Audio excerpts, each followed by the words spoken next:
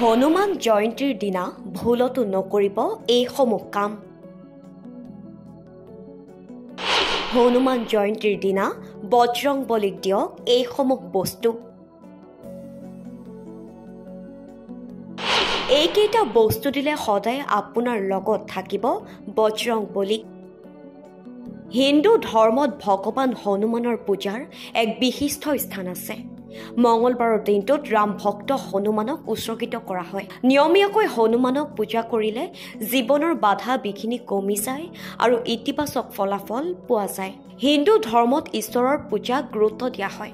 সপ্তাহৰ এটা দিন এজন দেৱতাক উৎসৰ্গা কৰা হয় আৰু মঙলবাৰটো ভগৱান হনুমানক উৎসৰ্গা কৰা হৈছে। এই দিনটোত যদি কোনোবাই সঁচা অন্তৰেৰে বজৰংবলীক পূজা কৰে, হনুমানে তেওঁৰ ভক্তৰ সকলো কামনা পূৰণ কৰে, লগতে সকলো অসুবিধা দূৰ কৰে। হনুমান জয়ন্তী চৈত্ৰ মাহৰ পূৰ্ণিমাৰ দিনা পালন কৰা হয়। এই দিনটোত হনুমানজীৰ জন্ম হৈছিল বুলি বিশ্বাস কৰা হয়। হনুমান জয়ন্তীৰ হিন্দু ধৰ্মত বিশেষ তাৎপৰ্য আছে। এইবাৰ 2025 বৰ্ষৰ 12 এপ্ৰিলত এই পবিত্ৰ উৎসৱটো পালন কৰা হ'ব। হনুমানজী হৈছে ভক্তৰ দ্বাৰা সোনকালে সন্তুষ্ট হোৱা অন্যতম দেৱতা। তেওঁ ভক্তসকলৰ ইচ্ছা পূৰণ কৰাই নহয়, সকলো ধৰণৰ বিপদৰ পৰাও ৰক্ষা কৰে। এনে পৰিস্থিতিত আজি আমি আপোনালোকক এই প্ৰতিবেদনৰ জৰিয়তে জনাম হনুমান জয়ন্তীৰ দিনটোত কোনবোৰ ভুল কৰিব নালাগে। নিমখ খোৱা। হনুমান জয়ন্তীৰ দিনা উপবাসী থকা লোকসকলে ভুলতো নিমখ খাব নালাগে। মনত ৰাখিব যে এই দিনটোত আপুনি যি বস্তু দান কৰিব সেইবোৰ নিজে গ্ৰহণ নকৰিব। এই কাম কৰাটো অশুভ। শুভ দিনটোত নহৰু, পিঁয়াজ, সুৰা, আমিষ খাদ্য, ধপাত আদি যিকোনো বস্তুৰ পৰা আঁতৰি থাকিব লাগে। এই দিনটোত কাৰোৰ লগত কাজিয়া, গালি গালাজ বা খং কৰাৰ পৰা বিৰত থাকিব লাগে। হনুমান মূৰ্তি স্পৰ্শ কৰা। ধৰ্মীয় বিশ্বাস অনুসৰি হনুমানক ব্ৰহ্মচাৰী বুলি গণ্য কৰা হয়। এনে ক্ষেত্ৰত হনুমান জয়ন্তীৰ দিনা পূজা কৰাৰ সময়ত বজৰংবলী মূৰ্তি স্পৰ্শ কৰাটো মহিলাসকলে পৰিহাৰ কৰিব লাগে। এনে কৰাটো অতি অশুভ বুলি গণ্য কৰা হয়। বজৰংবলীৰ ভঙা বা খণ্ডিত মূৰ্তি ব্যৱহাৰ কৰা। যদি আপোনাৰ ঘৰত হনুমানজীৰ কোনো ভঙা বা খণ্ডিত মূৰ্তি থাকে তেন্তে তৎক্ষণাত আঁতৰাই পেলাব লাগে।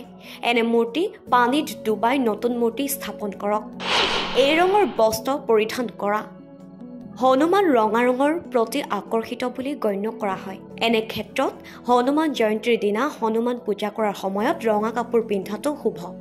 এই দিনটোত বজৰংবলী পূজাৰ সময়ত ভুলতেও ক'লা বা বগা কাপোৰ পৰিধান কৰিব নালাগে। এতিয়া আমি আপোনালোকক জনাম এই দিনটোত হনুমানজীক কি আগবঢ়াব লাগে। নাৰিকল। এই দিনটোত হনুমানজীক নাৰিকল আগবঢ়াব লাগে।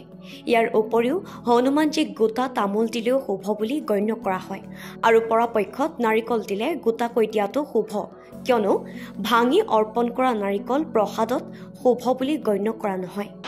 মিঠা কেশৰ চাউল। যিয়ে শুদ্ধ অনুভূতিৰে ভগৱান হনুমানক মিঠা কেশৰ চাউল আগবঢ়ায় সেই ব্যক্তিৰ মংগলিক দোষ শান্ত হয়। গতিকে মংগল দোষৰ ক্ষেত্ৰত কেশৰ চাউল ভগৱানক অৰ্পণ কৰিব লাগে। জেলেপি। হনুমান যিয়ে জেলেপিক বৰ ভাল পায়। কোৱা হয় যে হনুমান জয়ন্তীৰ দিনা তেওঁক জেলেপি অৰ্পণ কৰিলে সকলো সমস্যাৰ পৰা পৰিত্ৰাণ পোৱা যায়। লগতে বজৰংবলী আশীৰ্বাদ লাভ কৰিবৰ বাবে তেওঁক জেচমিন তেল আগবঢ়োৱাটো বিশেষভাৱে ফলদায়ক। এই সমাধান হনুমানজীৰ বিশেষ আশীৰ্বাদ লাভ কৰাৰ এক নিশ্চিত উপায়।